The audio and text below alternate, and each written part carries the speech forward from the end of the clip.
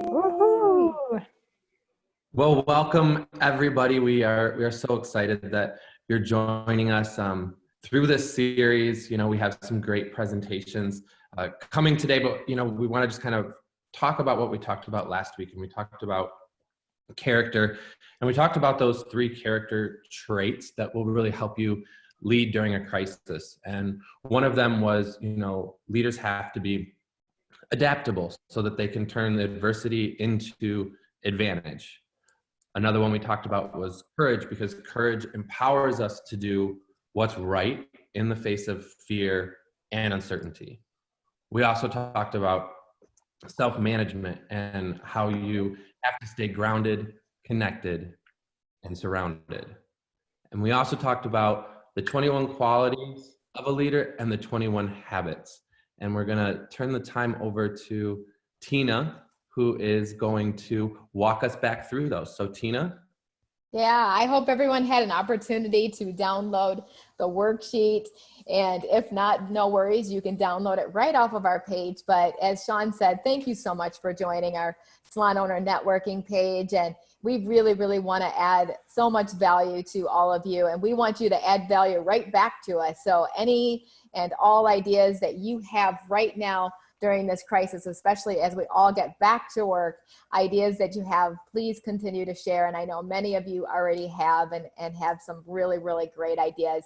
But as Sean said, we're really, really talking right now about our character in crisis. And that's what's most important, because we have an opportunity to redefine ourselves. And I like to say to refine myself as well. And I can't wait to hear some of the ideas that you guys have come up with. But Sean and I talked about that leaders should not seek to protect their titles as an owner, but they should seek to protect their character. So what are you doing to really build your character during this time? And what are you filling your mind with? And I know my family, I'm driving them crazy because I have to give them my schedule, because here I am in my den, I like to call it, and I'm addicted to really self-development things. And I could spend 24 hours in here if my family would let me, but of course they don't. So I have to go back into the house every once in a while.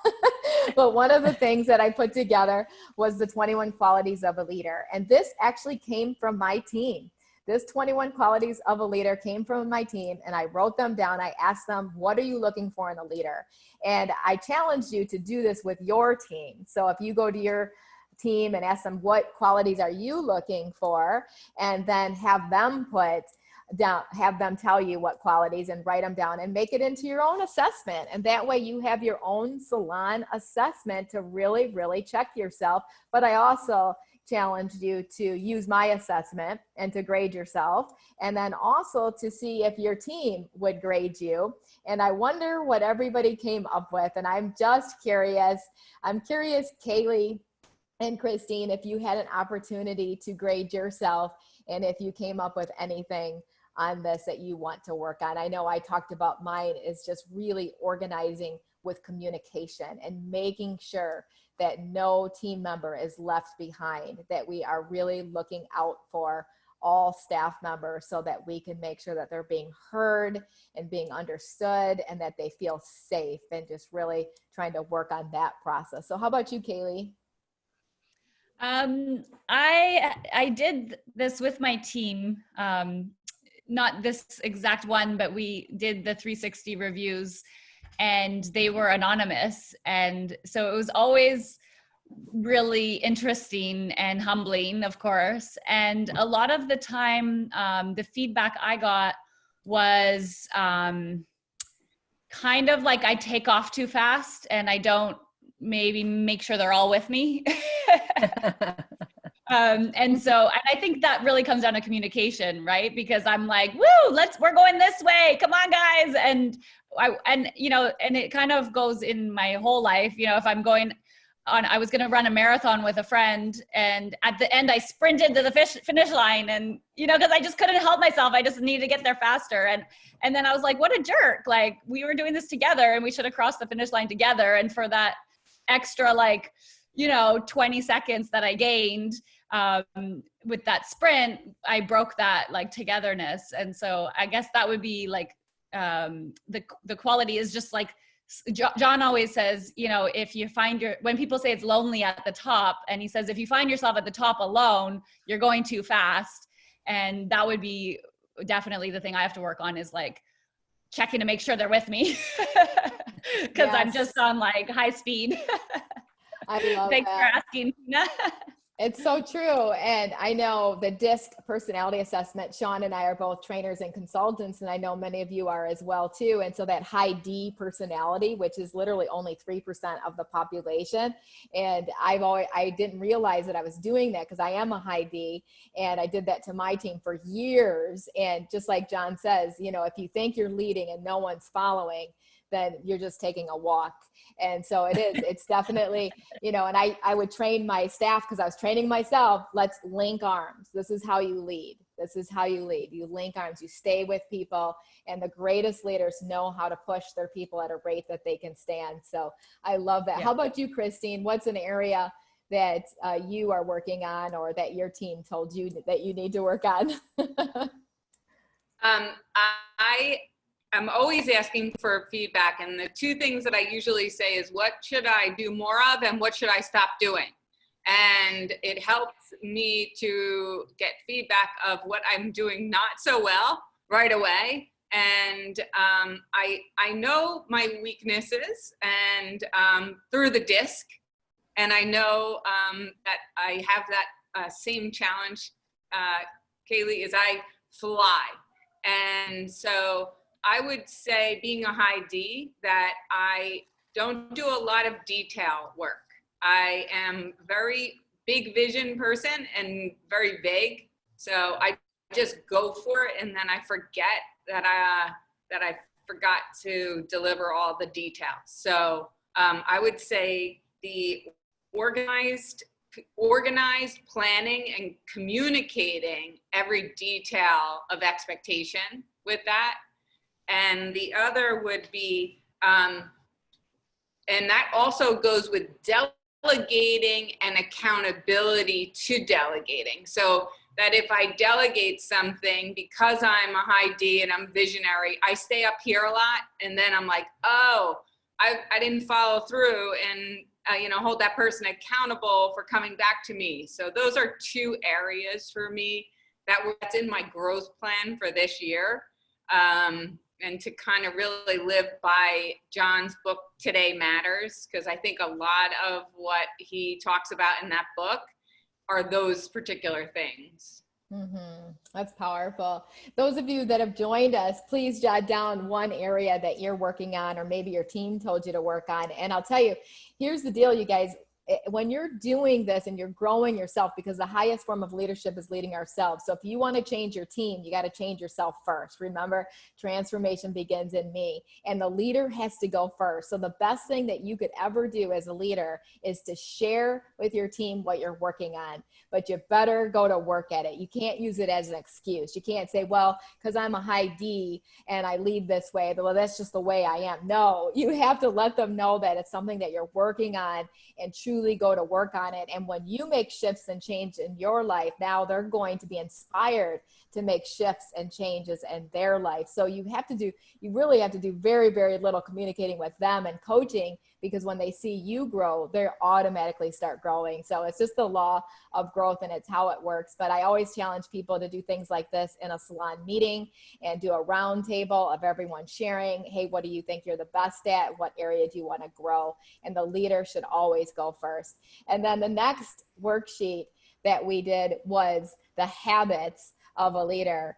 And I love this one because it really helps me to figure out my rule of 5 in a different season in my life. And I like to every quarter look at this, because I have a different goal, usually every quarter, that I want to reach. And so I like to sit down and say, okay, what's going to be my rule of 5? And these are just really, really great things to be able to help you to come up with your rule of 5. So hopefully you had an opportunity to go through this, but if you could just pick one today, what would it be that you think, man, what could be a shift that I could take? Go ahead and put it in the chat box or on the Facebook Live.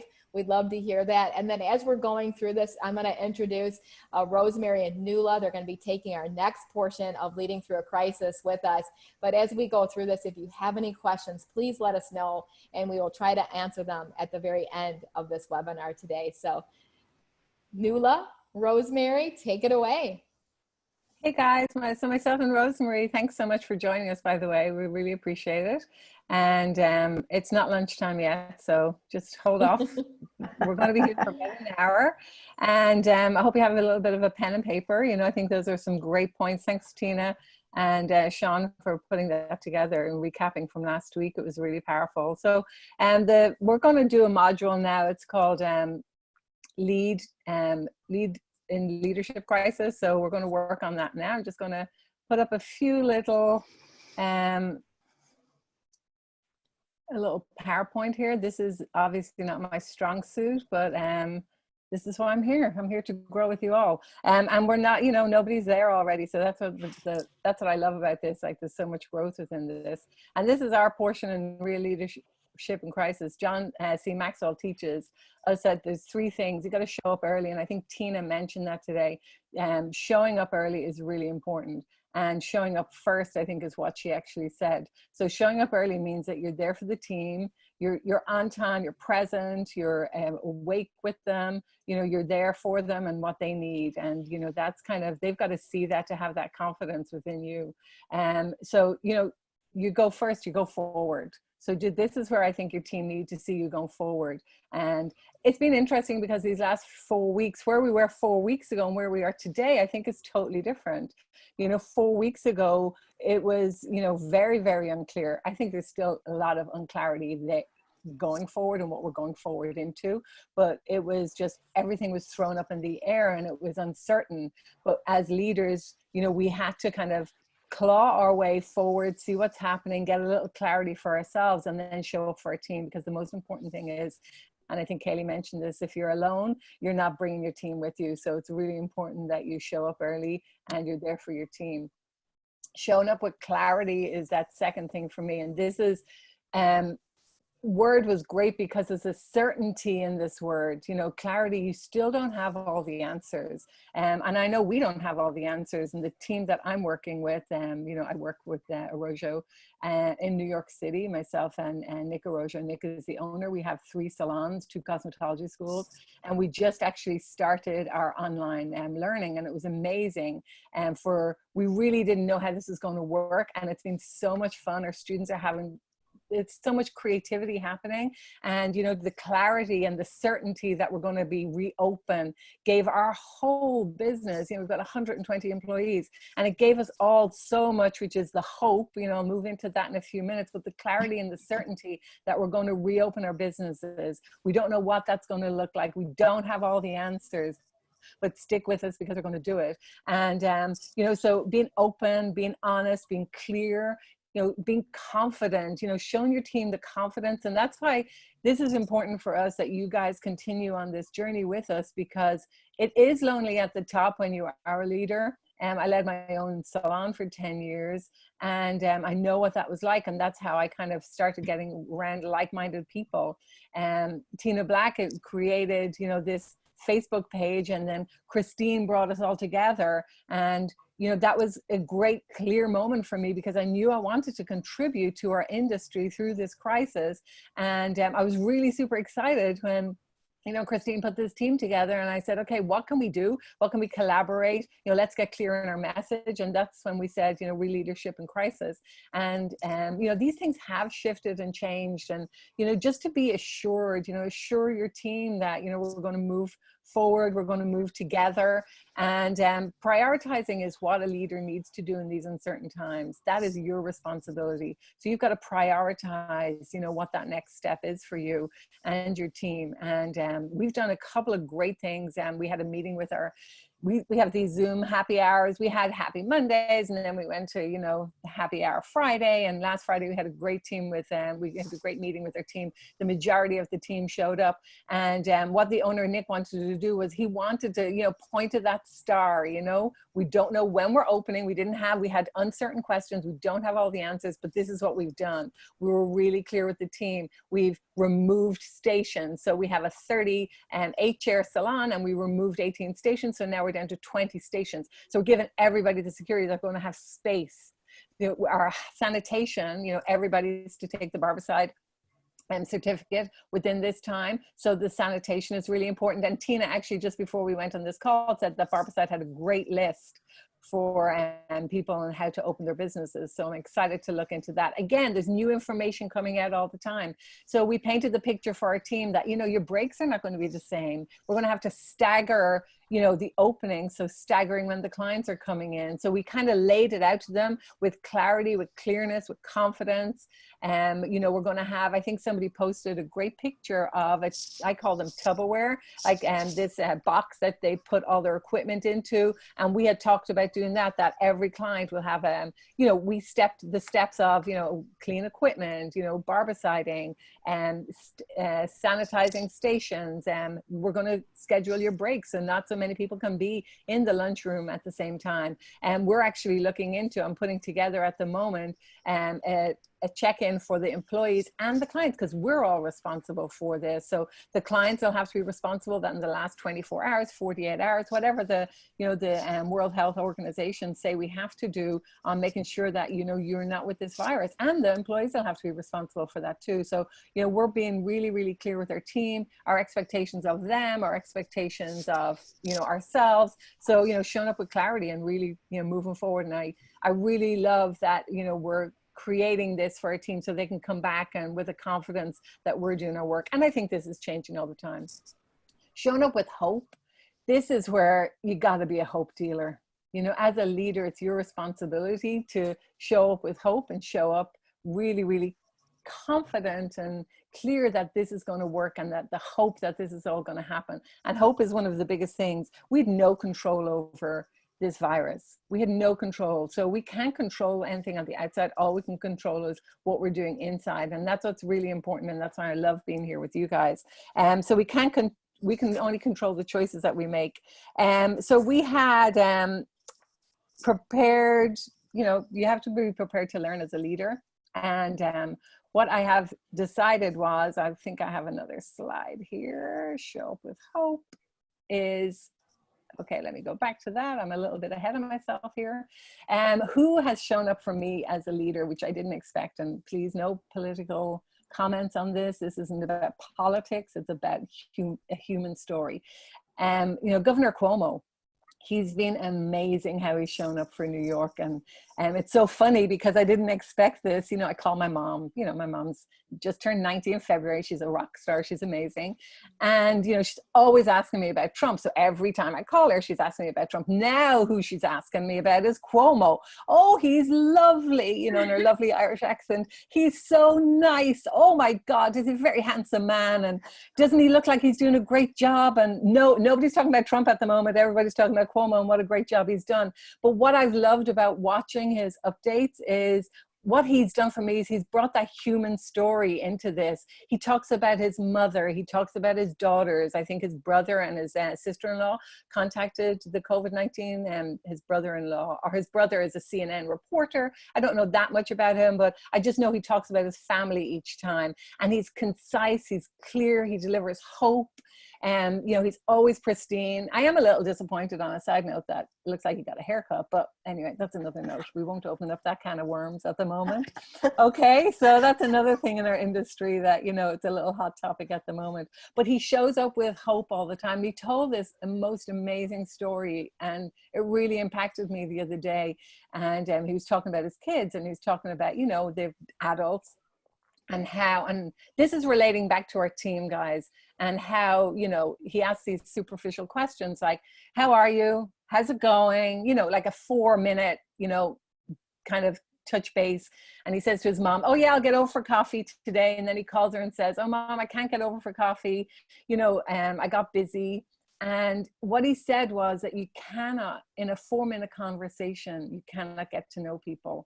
And it really impacted me because I was like, okay, I've done that so much with my own family, with my own team, you know, that team member that wants to talk to you, and you know, they're always going to be okay. You know, they're that loyal team member, but they keep saying, you know, you maybe have to move their meeting, or you have to, you know, they're going to be okay. So they feel secure in their being there. So they sometimes get pushed around and moved around like my own family does. You know what I mean? I get so busy, I get caught up in my work, but it really impacted me that he said, you know, we've got to really go deeper on these things. And he talked about as girls. And I thought it was so powerful. And I was like, okay, where do I need to go deeper with my own husband, with my own family members, and with my team? And, that's what I kind of want to, talk about with this next, piece is, forever changed. And I feel that we're going to be forever changed as we go through this. And that's how I feel, and that's why I want to ask you guys, what are the 2 to 3 things that you're going to change that you weren't even aware of before? And I know I might have been aware of these things, but I really wasn't aware of how important they are and how important it is to kind of connect with people on that human level and really, really make time for them. And, these thoughts are popping around my head, like maybe Sunday is going to be my really day that I, don't get on the, the internet. I don't get on my phone. I spend that day connecting with my family. I'm miles and miles away from them. And we've been having great Zoom calls. We've got another happy hour with my family tomorrow night from Ireland. And it's going to be fun trying to get my nephew who lives in Australia up nice and early to see if he'll join us. But, so these are the things that I'm really, really going to commit to. And technology has played a big, big part in this.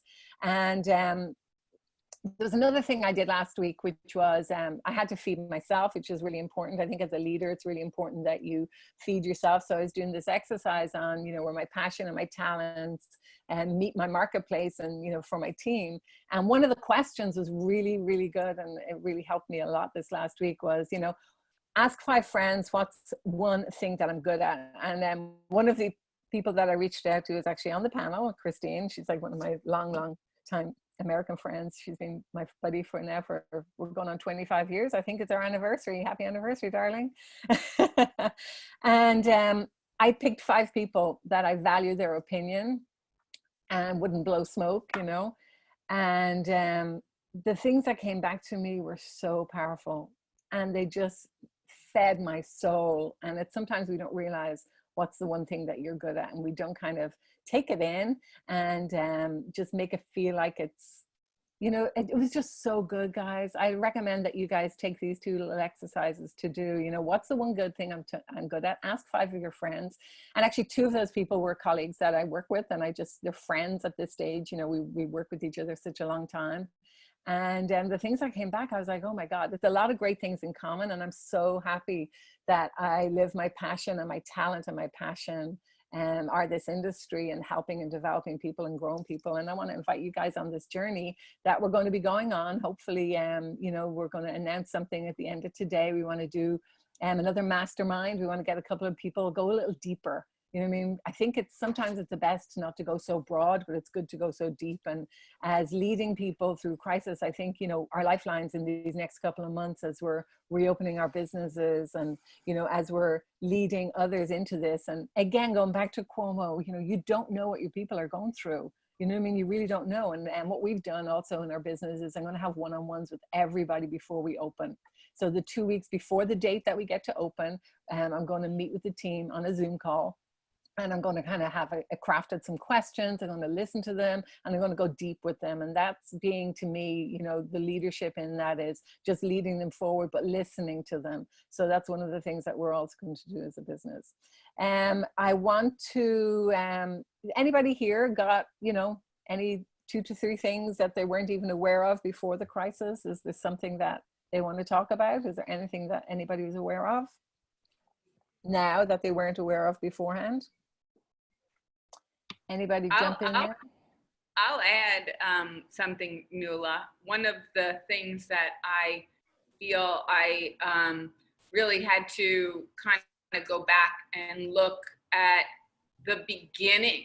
Like I started really thinking about when I first opened, like what was the foundation and what was my passion and what really made my business and my leadership great even before I knew about leadership. Like what was my mojo? And I started to really think backwards about what built me from the beginning, because I had the time to reflect. And it really, actually it was after you asked me the question about you, I was starting to think to myself, like, wow, what am I good at? And what built my company from the beginning that created all this? And to get that sort of like that one area of strength that has still carried me through all these years. So that's fantastic, Christine. Awesome. It is a question I do ask our team. I'm like, why, you know, because we're in the beauty business, we're in the salon business and cosmetology schools. It's like, why are you in this industry? Like, why are you here? You've got to have that why. So I think that is that core, you know, strength that can keep you going. And, you know, in that time of weakness is fall back in love with what you're doing and remember the why. I love it. Thanks, Christine. Anybody else want to jump in here?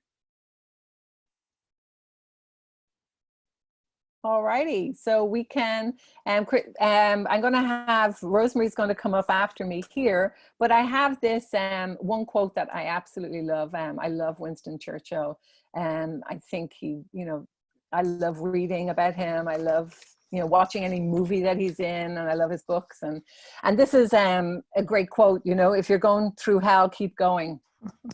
And the meaning behind this is actually, I'm going to read this out if you don't mind, because there's a meaning behind this that I found a long time ago and it really helped me is, you know, the meaning behind this leadership quote, after hell comes paradise. Oh, love it. Going through hell here is figurative. It represents a struggle. You're fighting for something. If you give up, nothing will happen. Don't give up, guys. Nothing will happen. But if you keep going when it's hard, you'll achieve something, probably something great. I love this because great things require great effort. As a leader, you are the example for others. The best way to influence people is by example. So keep going so others you lead can also keep going.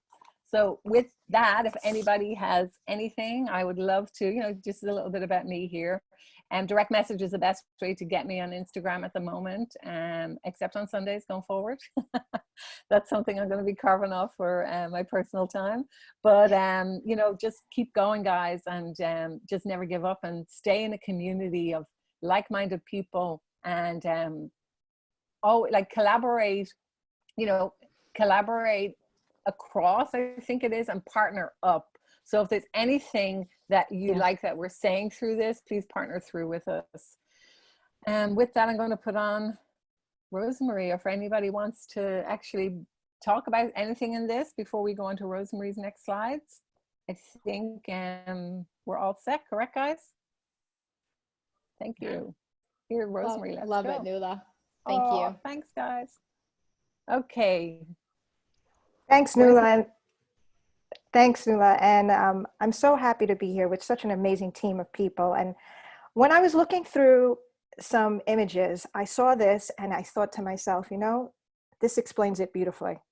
In a crisis, real leaders show up. They show the way, they direct the path, and they have everyone on the same page. So the definition of a crisis, in an intense time of difficulty, a decision that will be a turning point. It doesn't have to be necessarily a health crisis, pandemic. It could be any sort of decision that's taking care or being a part of your life, that it is a turning point in your life. So we're going to move on to the next slide. So how do leaders, real leaders, show up? There's constant communication, making sure everyone's on the same page. And when you heard some of these incredible leaders on this panel, a few of them have spoke about how they stay consistently engaged with their team, because it's so important, whether you are a salon of 3 or 4 or a salon of many or multiple locations, you have a vision, you have a culture, you have to be on the same page. Don't assume that everybody's with you on the same page, but you need to communicate. The second question, or the second point I want to bring out, is delegate authority by using your team where and when needed. I think this is so vital because each person brings a certain element to the team. This is a great time to understand your team and where their special, unique strengths and where they can support each other, because everyone is strong in one area of their life. It's not about just the technical terms or the technical abilities. This is beyond that. This is about the individual and how they could bring your culture and your environment to that next level. A leader also must be deliberative in their thinking. If something's not working, you need to understand and know why it's not working. Don't sit there and just wait for it to happen. Look at it on the front end, because the last thing people need to do is a leader to be caught up emotionally in a crisis. So there's a question I want to ask to Tina and Kaylee. And these are questions that are going to be posted at the end of our session as reflective questions for the community. So Tina, what are 3 practical things you could do to stay in constant communication with your team during this crisis? Well, thankfully, Rosemary, we had a really good set system of communication that was already set up. So I was grateful for that, because I believe that you have to have a written form of communication. Although I felt that we needed more over communication, especially during this time. And so what we did is we continued with our normal meetings, even though everyone is temporarily unemployed, right? And we just offered it voluntarily. And we've had 100% show rate, which says a lot about our leadership. And so that's been really incredible. But every Monday, our salon leaders have continued their meetings, but we made them longer. So we made the meetings for an hour instead of a half an hour, especially as we hash out everything. And then on Tuesdays, our whole team comes together on Zoom, of course. And then talking about everything that we're doing. But mostly, I have to say, Rosemary, in the very beginning, it was so amazing because Kelly Cardenas messaged us and said, hey, I would love to be a guest speaker. And he offered to be a guest speaker 3 Tuesdays in a row. And he poured it on, and our team was shifted and changed through those 3 times that we got to work with him. And so just really reaching out to people. And then we had an incredible surprise guest speaker from Stephanie Kochelski last week for our team. And that just made our team just lift their spirits. And then me as the leader continuing, we had a mastermind going already, which we're using Girl Wash Your Face with Rachel Hollis, and it couldn't have come at a better time. And so being able to go through that with them, and then of course doing some continuing education with them. And then we use Vivian McKinder's program. So it's super awesome because now our team can really, really work on that and complete a lot of the subjects that they wanted to complete as well. But they have always been on Snapchat, Rosemary, so they are doing that even more. I get on it every once in a while because, as you know, it's busy stuff to be able to, work through. But the other thing that I've noticed with our team is the leaders have really stepped up showing up on social media and being live on social media, and them just reaching out to one another and really just thanking them. They're so inspired by each other. And then lastly, them really getting on, and we have a group me as well too. So we share all of our information with each other, but them also making sure that they show up to our local cosmetology schools. Of course, I'm blessed to own Paul Mitchell School, so there have been guest speakers, and cheering each other on through that process. So I've seen a lot of growth with our team, and I feel like we're closer than we ever have been before. So this crisis definitely brought us closer together. I love that. I think it's so important. Thank you, Tina, for sharing. And Kaylee, you were sharing something earlier, and I would love for you to share it to the community.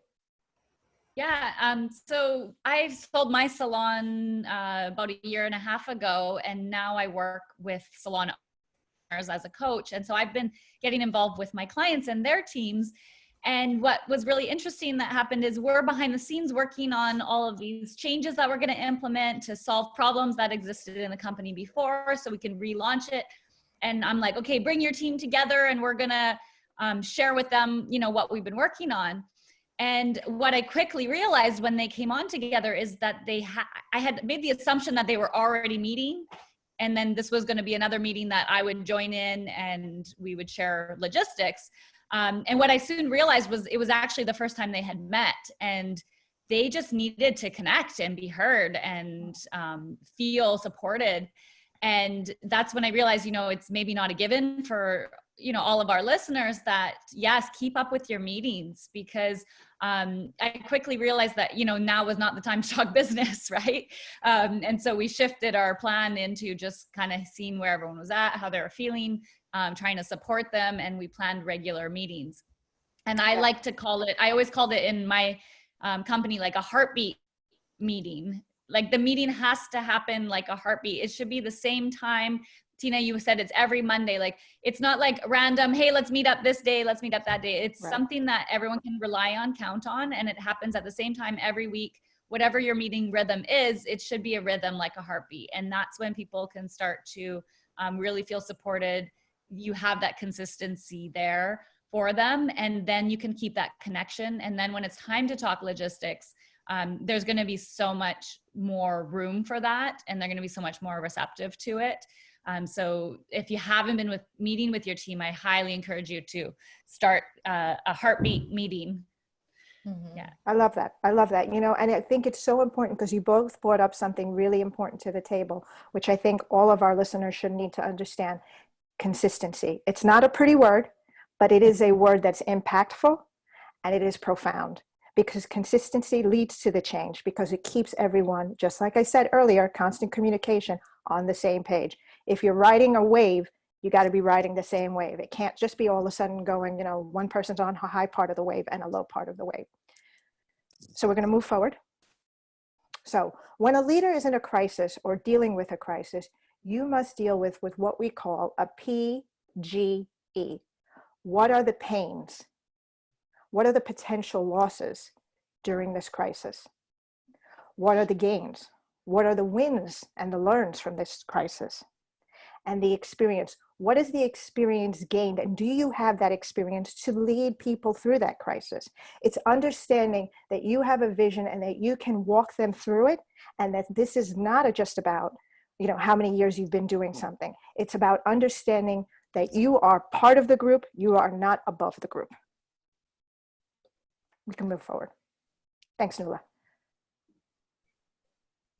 In a crisis, intuition, it's sensing what to do with your group, what to do with the timing, and plus the timing is sensing when to do it, is understanding, is this the right time to introduce something new? Is this the right time to create this change that everybody can understand? Because out of that, it equals all that is birthed out of practice leadership experiences. And before we move on, I just wanted to share a little bit of a story, which is a personal story.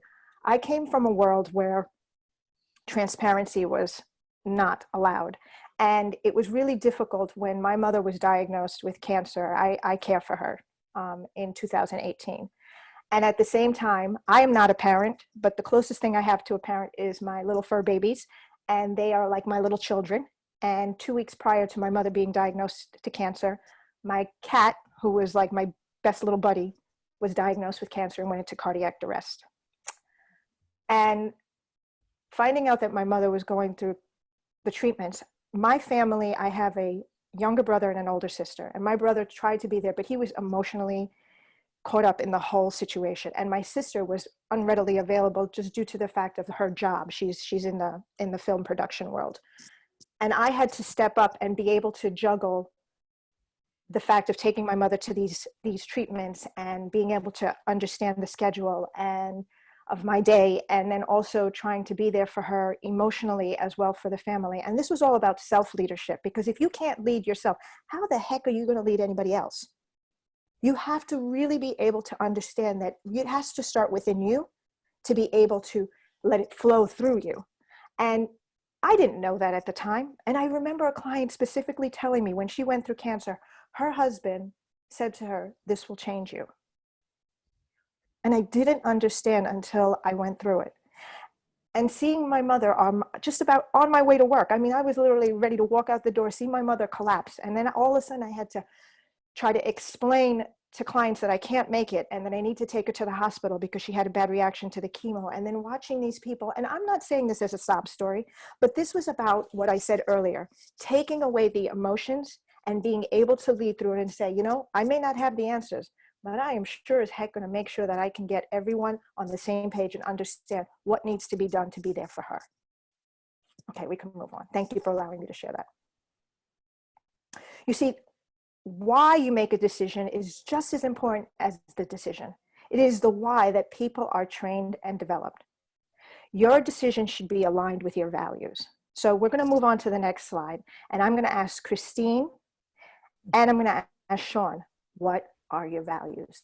These are things that are not compromised in your life under any circumstances. So Christine, if you would be so kind. So thank you so much, Rosemary. This is amazing. And thanks for being so transparent and vulnerable with your story. I know what that's like. I've been there. So I appreciate your vulnerability.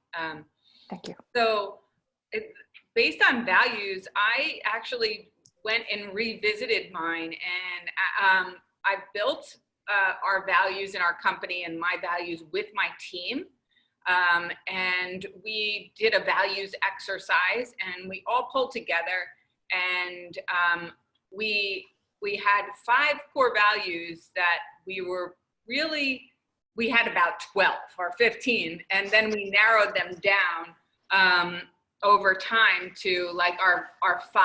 And one, we interview based on our values. We hold people accountable based on our values.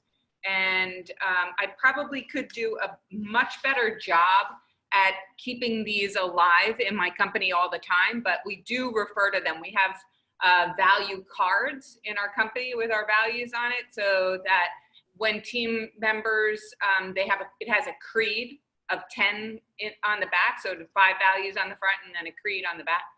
And I kind of revisited those values a little bit.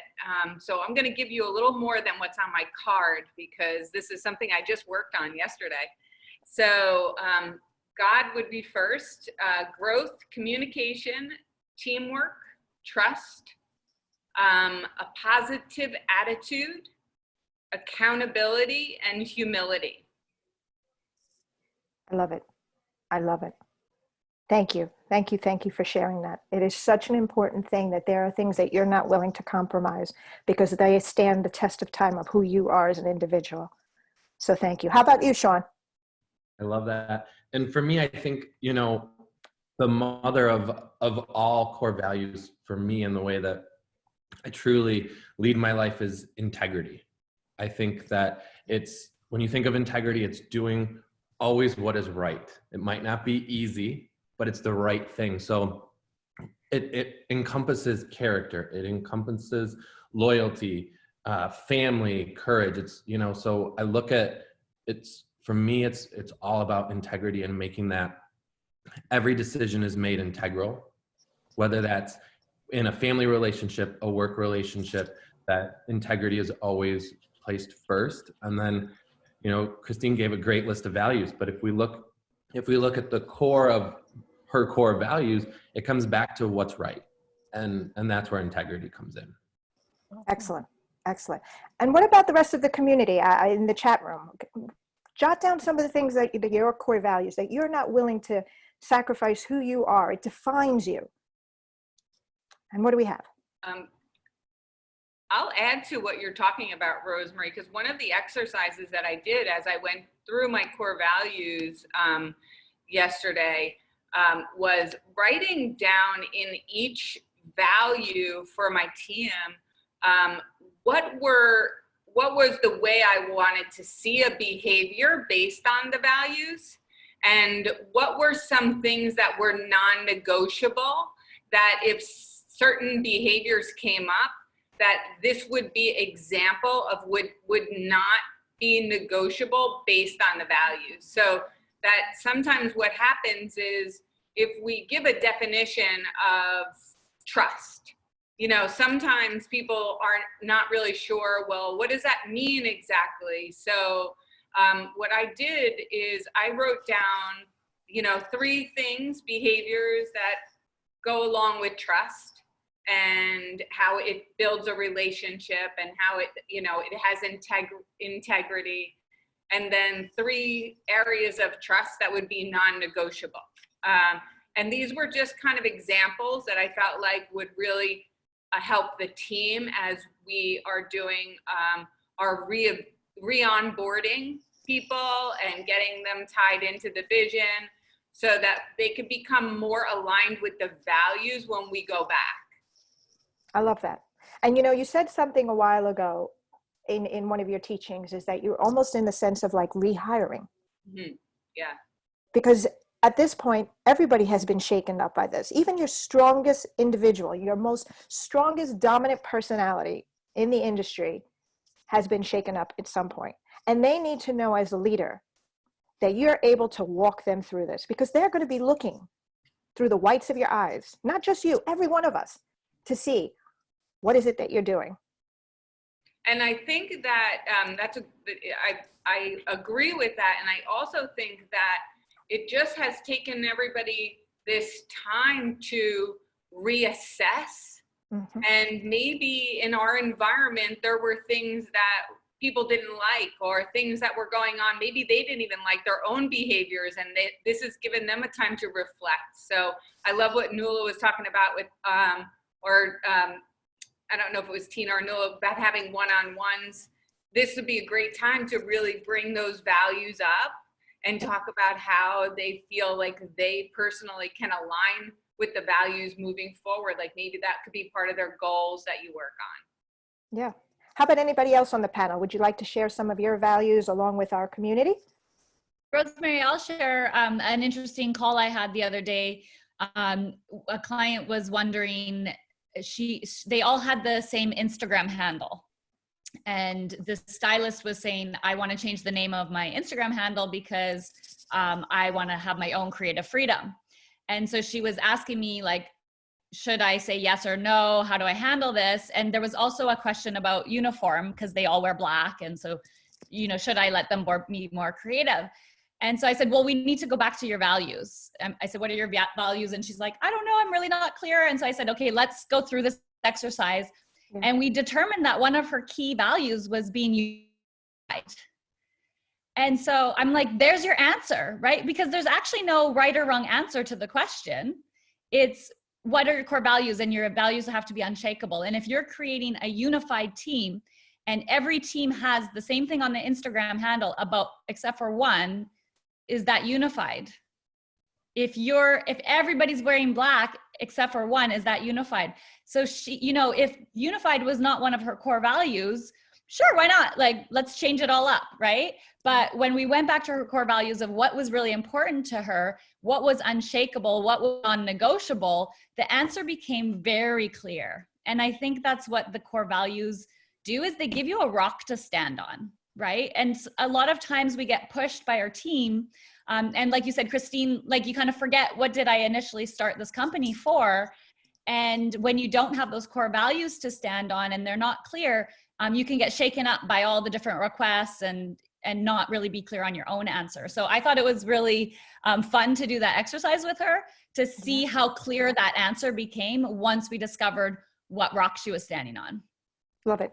Can I add to this, Rosemary? Of course. Yes, yeah, of so course, this is actually a great exercise. I remember when I had my own salon, and this is something we did, and we you know, went into the salon on a day that we weren't open, and then all the mirrors, I put, you know, huge Post-it sheets, and, you know, we did a list of values, and then we went through this exercise, and you can Google it. It's a really easy exercise. So if you have, you know, 100 values, and you work it down to, you know, your top 20 and what's one value more valuable than the other. And you really go through the team and they really think into it, because Kaylee, from you saying with that client of yours, you know, if the team really understood the values and they start filtering everything through the values of what they do and the choices that they make, values that they've created together as a team. And I love that Christine put these values together, but it's a great exercise to do with your team. If you have a small team, it's going to be really, really bonding.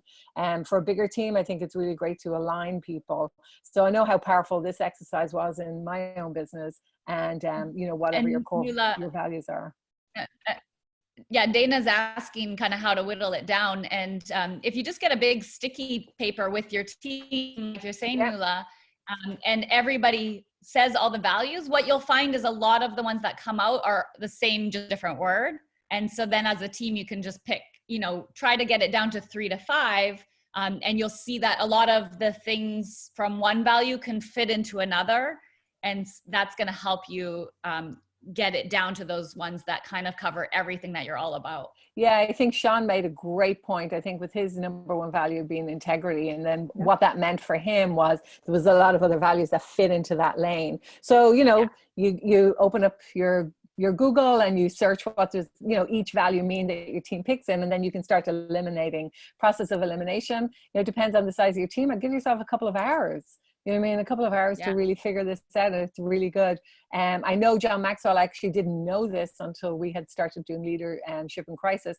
He has a card, like a card stack of values that you can do games with your team. I've actually ordered a pack for myself because I didn't know it was something that was available. So you can make it as a game, you know, which is really good, but it's really, really bonding.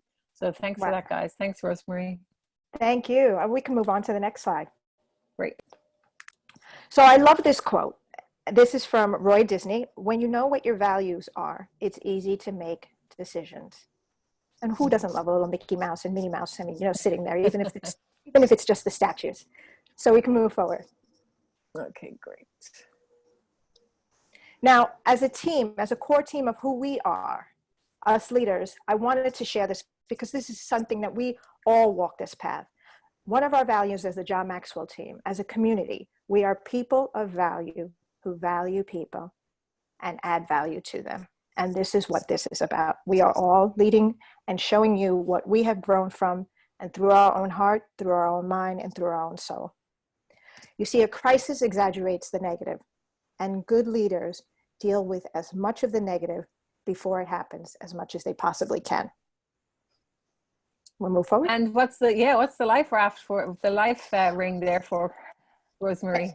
Thank you for asking. So I put that because I thought that was a great image of showing when someone feels like they're sinking or they're going through a really dark time in their life, whatever it is, whether it's personal, whether it's professional, whether it's a combination of both, or you just lost, that leader is throwing out the life raft saying, I've got you. I'm going to bring you on this journey. I'm here to help you through the hard, musky waters.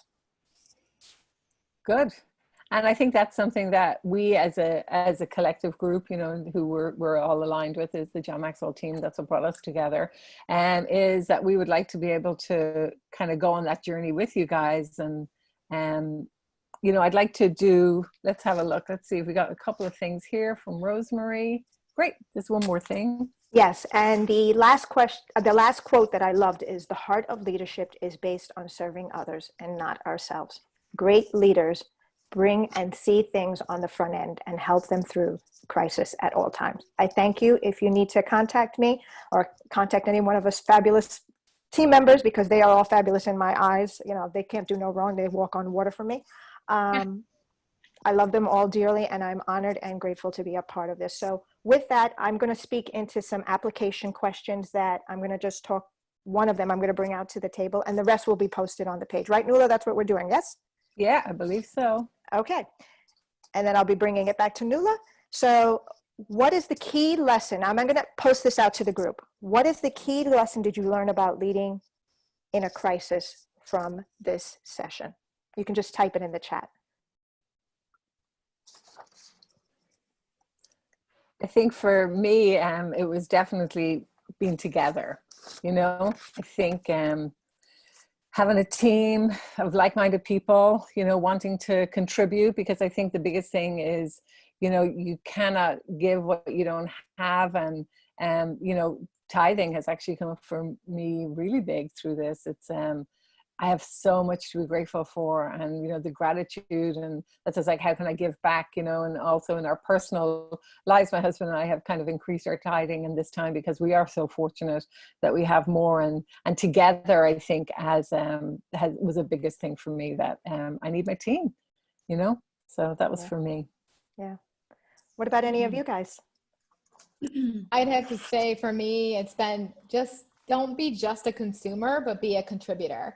And I think the more I contribute and the more I give back in a crisis, especially right now, the more I've been gaining back, because those who do the work do the learning. And so when you have to be prepared to give a lesson, all of a sudden it shows up, oh, am I actually doing that? And so leading by example as well too, because I have been consuming a lot of free webinars, a lot of free content that people have been giving out, podcasts, but then I said, I need to give too. And so my challenge has been to everybody I get in front of. In fact, I'm giving that challenge to all of you that are been a part of this webinar. I can't thank you guys enough for being a part of it, is to do the same thing that we're doing and continue to give and contribute, because you'll gain so much from it. So thank you so much for being a part of this. And like they said, I really hope that you will join us for our mastermind that we're going to be putting out as well too.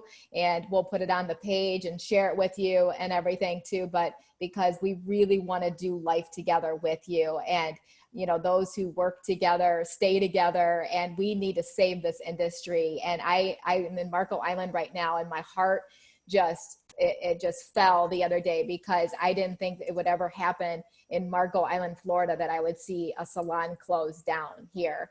And that's the last thing I want to see happen. And so let's all save our salons, SOS, and we can do it together. And it's all about, you know, being foundation that we've been talking about, and the values process. Like, that's huge, because then you're going to hire, you're going to train and sustain to your values, and it's everything.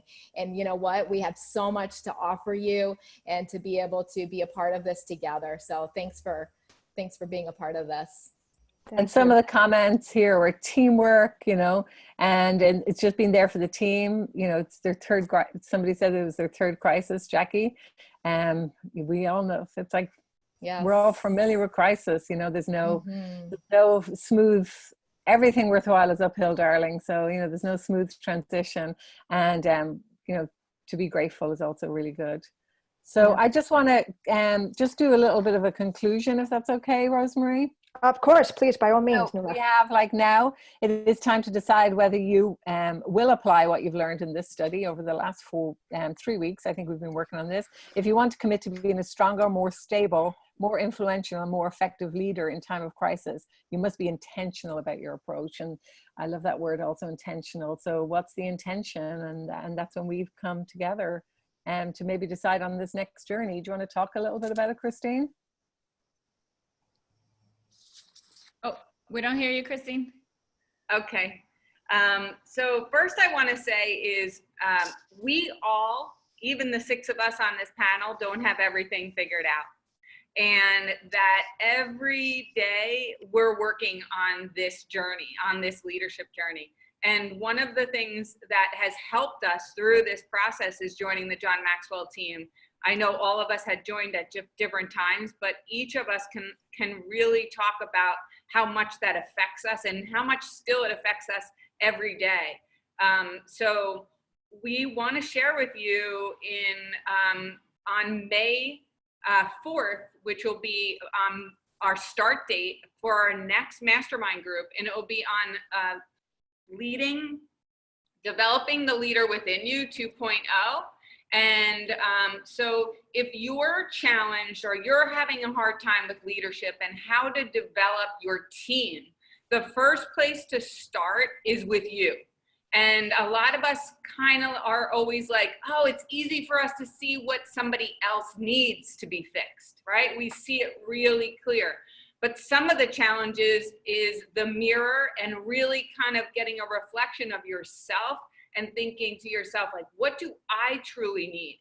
And this is where we fill our cups up, and we really start to indulge in our self-growth, so that we have the capacity to grow others. So starting May 4th, we are going to go on a 5-week journey, and we're going to do something similar that we did this time. Is we're going to take 2 chapters a week.